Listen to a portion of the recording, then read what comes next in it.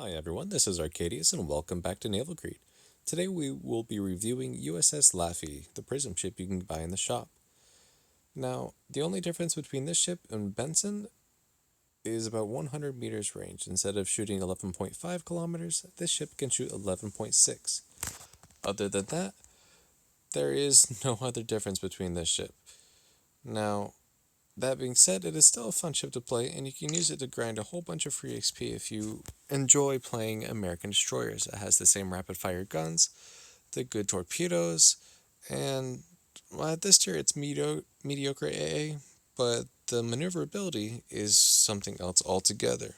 So let's hop right into a game and show you what you can do. Alright, now we find ourselves in a game. 3 battleships, 2 destroyers, and a bunch of cruisers that we can deal with. Let's see here. There's no carrier, so we don't really need a on, so we can turn that off. And as I'm sure you've noticed, my health and soon my speed are more than what you would normally find for the ship, so also keep that in mind. But even without the buffs, the ship is still plenty powerful enough. You have good acceleration, the maneuverability is good, gun angles are good, they turn fast, rapid fire. Torp angles are not terrible, not the best. You can use them, but you do show quite a bit of broadside when you're firing torpedoes. The range is not the worst either. It's about, 8 kilometers? Just about. I may have a buff on that as well, so keep that in mind too.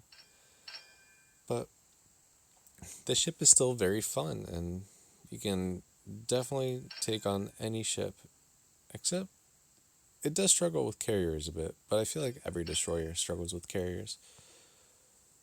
So we're going to try and get along the side of the island here. Now the good thing about American destroyers is that if you have a problem on the right side of your ship, but all of a sudden you have a ship that pops out on the left, your guns turn quickly enough that you can deal with it quickly. And then, oh no, there's another ship over here. And all of a sudden your guns are faced that way. Now the thing to keep in mind with this ship though is that for the Japanese destroyers that I finished reviewing not too long ago, the shell velocities for those ships were much higher at 915 meters per second. Shell velocity for this ship is only 792, so it's quite a big difference. And you have to remember that when you're shooting, to lead the target that much more. Now, there's quite a few ships over here, but you definitely want to use the smoke screen to your advantage whenever you can, because you will not survive under concentrated fire. Now, what I'm going to try and do is I'm going to try to use this island as cover over here, and let's see, what is this one? It's a Cleveland. We can whittle this down a bit. Now you can see how high these shell arcs are. But the rate of fire is so much better. It is kind of hard to land. That's on, but look at that double fire already.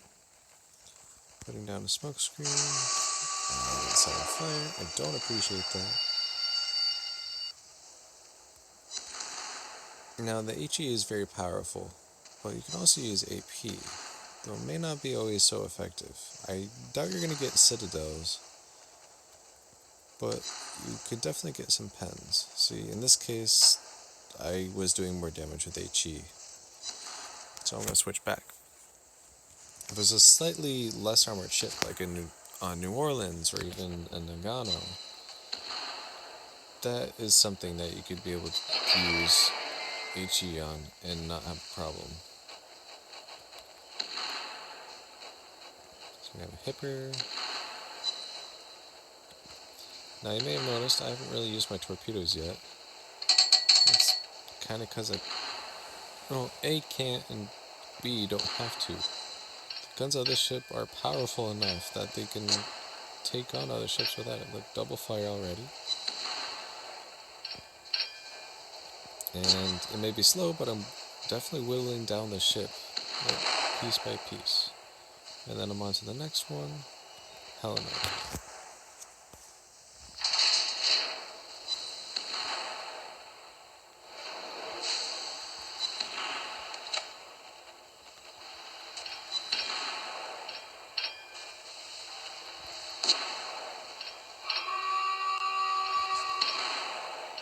Now this is where those good gun angles come in. Look at the angle that I'm at. I'm still able to bring all my guns to bear. Now this is a serious advantage when you're going into a gunfight, no matter what ship you're going against. Alright, next we can focus on the Balti. This third turret is intriguing. It has interesting angles of fire, yet it turns around to the front as well. So, for the most part, you have 3 guns always facing forward. Not directly forward, though.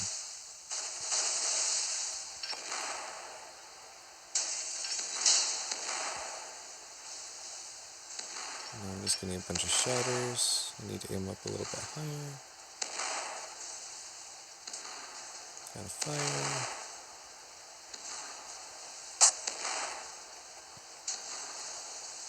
Gotta fire. And goodbye. Okay, so now what? There's a Scharnhorst and a Magi over there. I don't particularly want to go deal with a Sharny.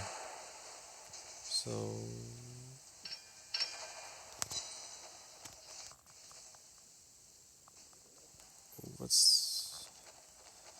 we can try and torp the Amagi for now.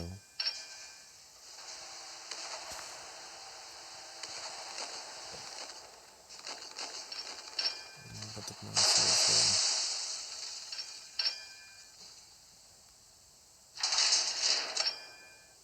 screen. Thank you. Send out some torps. And let's try and get rid of this Masa in the time of our smoke screen.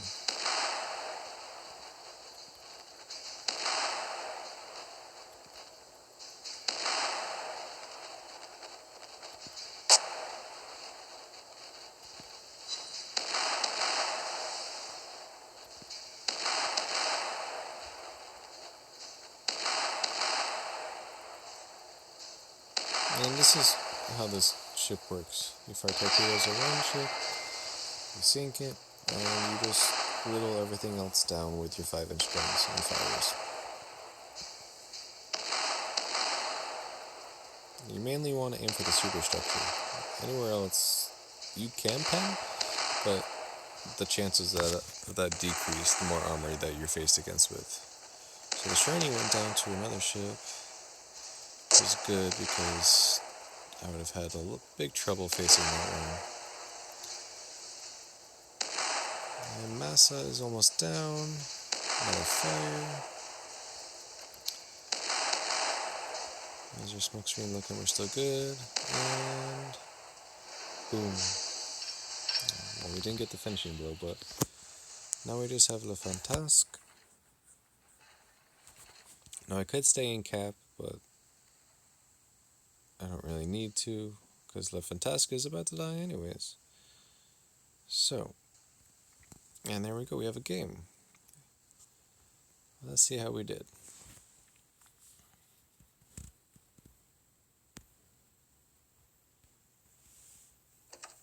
$171 damage, not that good, but still pretty solid.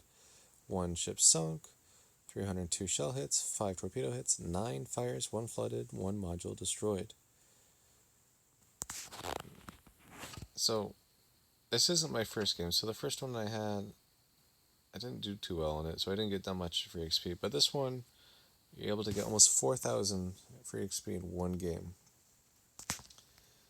And you can tell that it is quite a fun ship, and it has the exact same playstyle as, let's say, Benson, or a Fletcher, or even a Farragut for that matter.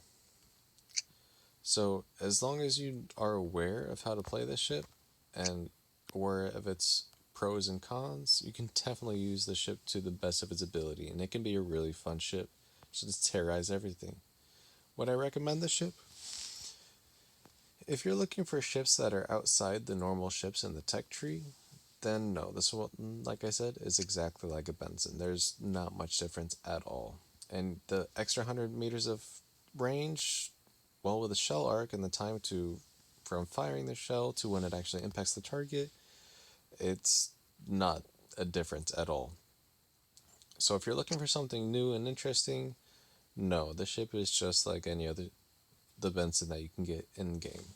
However, if you're a collector or if you want something that you enjoy and would be good to grind free XP, this ship is definitely something you would look forward to.